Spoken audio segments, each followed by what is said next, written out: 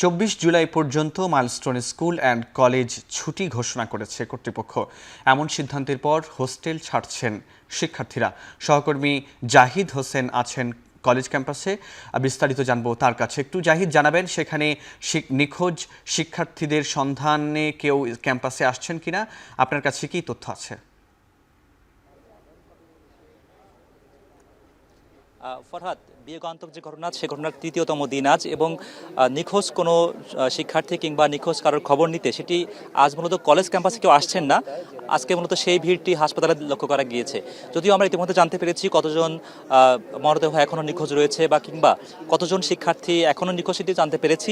কাজেই এখানে মূলত যারা আসছেন তারা মূলত এই অকুস্থল সেটি ঘুরে দেখতেই আসছেন, এবং যেখানে মূলত এতগুলো প্রাণ ঝরে গেল অকালেই, সেই ঝরে যাওয়া যে ঘটনা যেখানে ঘটেছিল সেই জায়গাটি মূলত তারা উৎসুকভাবেই আর মানুষের ভিড় দেখতে পাচ্ছি। এবং যে ভবনটিতে অবস্থান করছি এটির সামনের অংশেই মূলত সেই যুদ্ধ বিমানটি বিধ্বস্ত হয়েছিল, এবং তার পিছনের অংশে আমরা অবস্থান করছি। এবং সেই বিধ্বস্ত হওয়ার পরেই এই ভবনটির অন্যান্য যে জানালার গ্লাসগুলো সেগুলো তার প্রতিধ্বনিতে যেভাবে ভেঙে পড়েছিল তারই কিছুটা অবয়ব আমরা পিছন থেকেও দেখতে পাচ্ছি। এবং আজ সকাল থেকেই মূলত উৎসুক জনতাকে নিয়ন্ত্রণ করার জন্যই এবং সবাইকেই আসলে এই প্রবেশাধিকারটি নিয়ন্ত্রণ করার জন্যই আজকের এই কলেজ ক্যাম্পাসের সমগ্র যে প্রবেশদ্বার সেগুলোকে বন্ধ করা হয়েছে।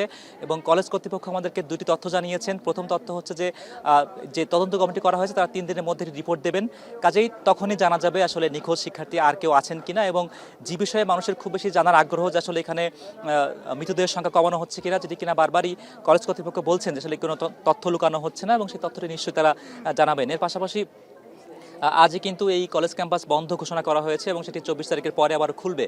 এবং যেই তথ্যটি জানার পরেই মূলত আমরা দেখেছি যে এখানে যে কলেজ হোস্টেল রয়েছে সেই হোস্টেলের শিক্ষার্থীরা তারা বাড়ির উদ্দেশ্যে তারা এই হোস্টেল ত্যাগ করেছেন। এবং আমরা কয়েকজন শিক্ষার্থীর সঙ্গে কথাও বলে দেখেছি, ইতিমধ্যেই 80% শিক্ষার্থী তারা তল্পিতল বা গুছিয়ে তারা নিজস্ব গন্তব্য সেখানে পৌঁছেছেন।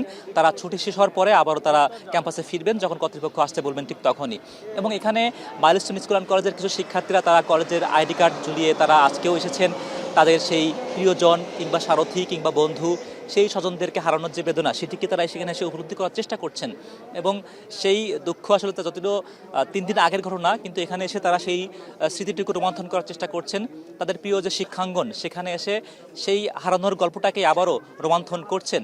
যদিও এখানে আমি বারবার যদি বলছি, পরিবারসহ ঘুরতে আসা মানুষের সংখ্যাই বেশি, এবং নিখোঁজ শিক্ষার্থীর সংখ্যা যে প্রশ্ন করলেন সেটির কোনো আসলে তৎপরতা কিংবা এই মুহূর্তে কলেজ ক্যাম্পাসে সেরকম অভিভাবকের সংখ্যা আমরা এখনো পর্যন্ত দেখিনি। ফলার চেষ্টা করবো পরবর্তী বুলেটিনে যুক্ত হয়ে আবারও এখানকার সর্বশেষ তথ্য জানাতে। আপাতত ছিল আমার কাছে সর্বশেষ। 24 জুলাই পর্যন্ত মাইলস্টোন স্কুল অ্যান্ড কলেজ ছুটি ঘোষণা করেছে কর্তৃপক্ষ। এমন সিদ্ধান্তের পর হোস্টেল ছাড়ছেন শিক্ষার্থীরা। সেখান থেকে বিস্তারিত জানাচ্ছিলেন সহকর্মী হোসেন জাহিদ।